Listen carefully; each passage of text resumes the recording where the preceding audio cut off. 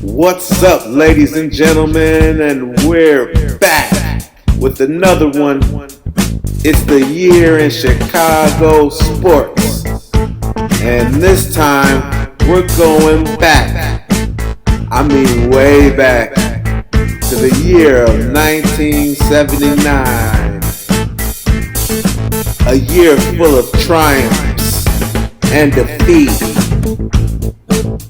A year of pure fun, decadence, and defiance.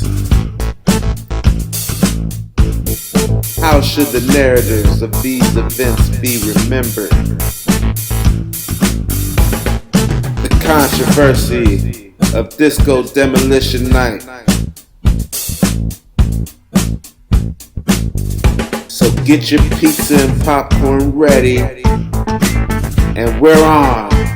Let's relive the year of 1979. It's the year in Chicago sports.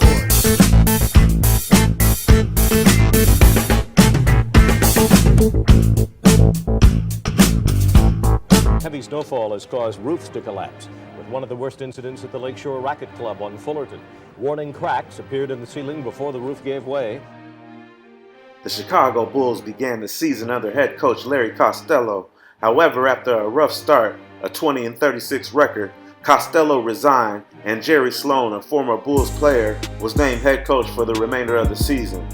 This marked Sloan's first head coaching role. Sloan, who had been an assistant coach, stepped in to replace Costello mid-season, and although the Bulls struggled under his leadership initially, Sloan would go on to become a legendary coach, especially with the Utah Jazz. The 78-79 season was a transitional period for the Bulls. After several disappointing seasons, the franchise was rebuilding, with young players being developed and veterans moved out. Injuries plagued the team throughout the season, affecting their performance. Key players missed games, which further contributed to the team's struggle on the court. The Bulls finished the season with a 31-51 record, placing them in 5th in the Midwest Division and 19th out of 22 teams overall. The losing record meant they missed the playoffs for the second consecutive year. Center Artis Gilmore was a bright spot for the Bulls, averaging 23.7 points, 12.7 rebounds per game. Gilmore was the team's leader in both scoring and rebounding, showcasing his dominance in the paint. Reggie Theus was selected 9th overall in the 1978 NBA draft. He had a promising rookie season with the Bulls, averaging 16.3 points and 5.2 assists per game. His performance offered hope for the team's future as the Bulls looked to rebuild around young talent and draft picks. This would set the stage for future restructuring of the team in the years to come. The 78-79 DePaul Blue Demons captured the attention of basketball fans nationwide. They went 22-9 in the regular season and took off, going to the Final Four with guys like Gary Garland and the freshman out of Chicago, Mark Aguirre. All they had to do was get out the way and let the freshman go to work.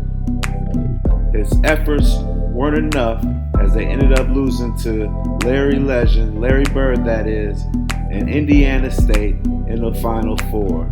Regardless, it was a great season. It solidified Coach Ray Meyer as a legend and a classic one in the annals of college sports. The Chicago Blackhawks got off to a great start with the first 6 games of the season going unbeaten with a 3-0-3 record before suffering their first loss. After their hot start, the Blackhawks would struggle and see their record fall to 17-24-9 at the start of February. Despite their poor record, the Blackhawks were still in first place in the Smythe Division. They turned their fortune around in the next 14 games, going 8-3-3, 14 points ahead of the Vancouver Canucks. Even though they fell into an 8-game winless streak, they still had a 10-point lead at the end of the season. They finished the season 29-36-15, winning the Smythe Division for the second season in a row, the 7th division title in the past 10 seasons. This was one of the last seasons for Blackhawks legend Stan Mikita, as he finished second on the team in scoring. In goal, Tony Esposito saw a majority of the playing time while earning 4 shutouts. But offensively, the Blackhawks were led by Ivan Boldarev, who led the club with 29 goals and 64 points in 66 games. The team was full of tough guys like Keith Magnuson, and they weren't afraid to put up a fight to the end. And even though they won their division with a losing record, they ended up facing the team with the best record in the NHL, the New York Islanders, in the first round of the playoffs. The team got off to a bad start as Mike Bossy had a hat trick for the 6-2 win for the Islanders in the first game. They ended up losing the next 3 games. The Islanders would complete the sweep in the 4th game, winning 3-1 and sending the Blackhawks to their 16th consecutive playoff loss.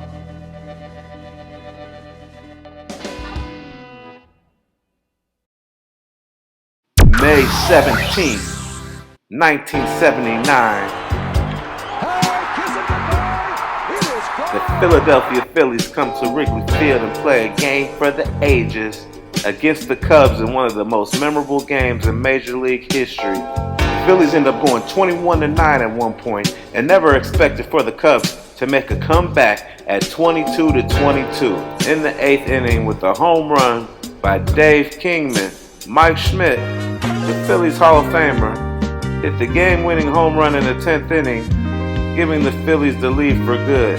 He ended up with 2 home runs, and this wild back-and-forth battle has gone down in history as one of the craziest and most entertaining games ever played. The game lasted 4 hours and 3 minutes. The Cubs used 6 pitchers and the Phillies used 7 pitchers. The wind was blowing out to left field at Wrigley, and a total of 11 home runs were hit in the game. The 1979 Cubs started off well, but teetered at the end and fell off. But this was a historical season as the Cubs and WGN became the first superstation in the Midwest, broadcasting via satellite to the whole country. This would contribute to making the Chicago Cubs a national brand. Guys like Bill Buckner kept it interesting. Jerry Martin came up that year and proved to be an outstanding rookie sensation.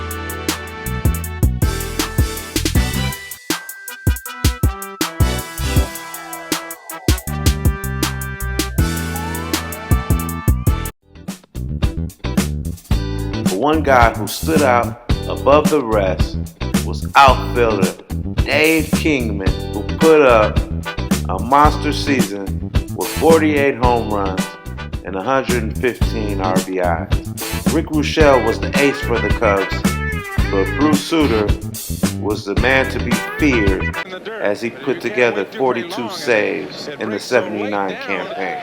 The Cubs ended up finishing 5th in their division with an 80-82 record.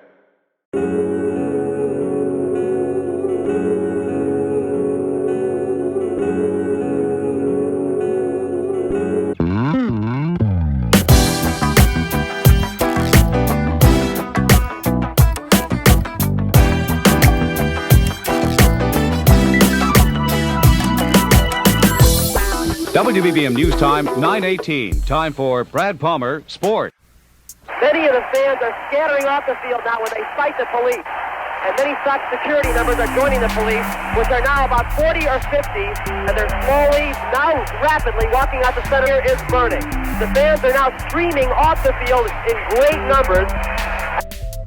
Disco Demolition Night, held on July 12, 1979 at Comiskey Park in Chicago, was a promotional event organized by disc jockey Steve Dahl and the Chicago White Sox. It quickly devolved into chaos as fans destroyed disco records between games of a scheduled doubleheader. While the event was framed as an anti-disco protest, many observers have since argued that it also revealed underlying racial and cultural tensions at the time. Disco, which emerged in the 1970s, was heavily influenced by black communities. Later, other cultures like the LGBT community joined on to celebrate disco.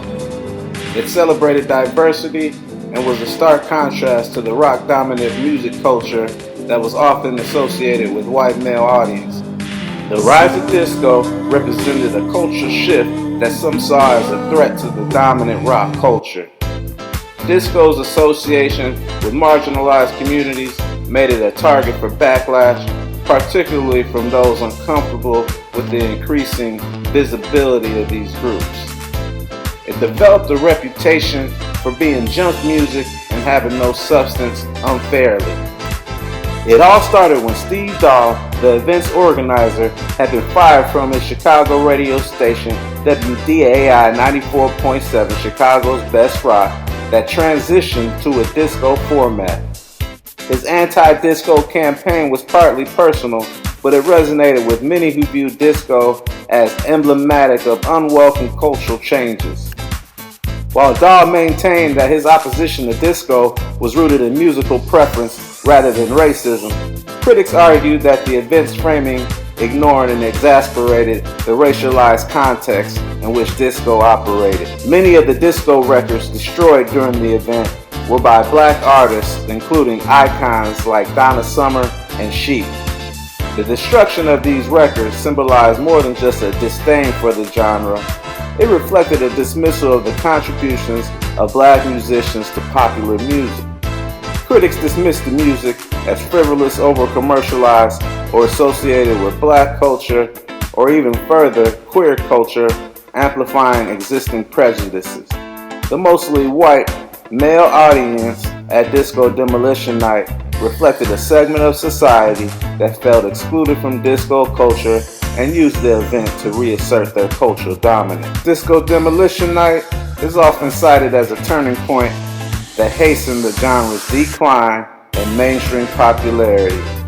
However, disco's influence persisted in the evolution of dance and electronic music. Both teams were supposed to play 2 games, and this was the first of a doubleheader. The doubleheader was unfortunately canceled, and the game was forfeited. Steve Dahl continued to have a lengthy radio career with his partner Gary Meyer, and has consistently denied any racist or homophobic intent. But the event forever remains controversial for the broader implications it had on cultural identity and race relations. Disco Demolition Night underscored how music genres often became proxy for larger debates about race, class, and identity. Who had pitched well all night, then walked in Rupert Jones with the winning run. Now, he's going to argue about the call, but he's really not arguing about that pitch. He's arguing about a preceding pitch with the umpire. That pitch was obviously high and inside, and the Sox lost it. The 1979 White Sox were led offensively by Chet Lemon, who had a whopping 17 home runs and 86 RBIs. The team opened the season with reserve infielder and former Cubs legend Don Kessinger acting as player and manager. He was relieved of his managerial duties on August 2nd with the team's record at 46-60. He was replaced by another legend, Coach Tony La Russa, making his major league managerial debut. His team went 27-27 for the rest of the season with the pitching rotation of Wortham, Ken Kravitz, Ross Baumgarten, Steve Trout, and Francisco Barrios. The 1979 White Sox had high hopes. They ended up finishing 5th in the AL West with a mediocre 73-89 record. The Monsters of the Midway ran into the season opener with the win against the rival Green Bay Packers. The team had many veterans and was led by Coach Neil Armstrong and quarterback Bob Avellini. They finished 10-6, and there were some key pieces that would lead to future success, like Dan Hampton and Gary Fenton. But the star of all stars was Walter Payton, of course, and he showed why many considered him the greatest football player of all time. Earl and Payton, the running back. Vince Evans, the quarterback, play action. Screen pass. Payton running hard. Payton's got room. Payton diving. Touchdown, Walter Payton. Walter Payton taking Joe 5 yards through the air. Got it. First down, Bears. Walter Payton's going to throw. Deep is Bashnagel open. He has it. Bashnagel, touchdown. Payton to Bashnagel, and there are no flags down. And they finally did it after all these years with Walter. The Bears had a decent season, but they ended up losing 27-17 against the Philadelphia Eagles in the wild card game. Little did Bears fans know they were forming the foundation to a would-be Super Bowl in 5 years.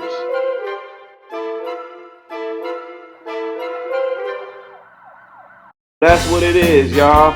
The year of 1979 was a crazy and wild time for those who lived it. The wardrobe, the style, and the colorful characters will always be remembered. The achievements and determination of our legends inspired us to be the best version of ourselves. We also remember the things we are not too proud of as Chicago sports fans. This year will go down as one to never forget in the timeline of Chicago sports. Thanks for watching. Don't forget to like and subscribe. Peace out. Love and blessings.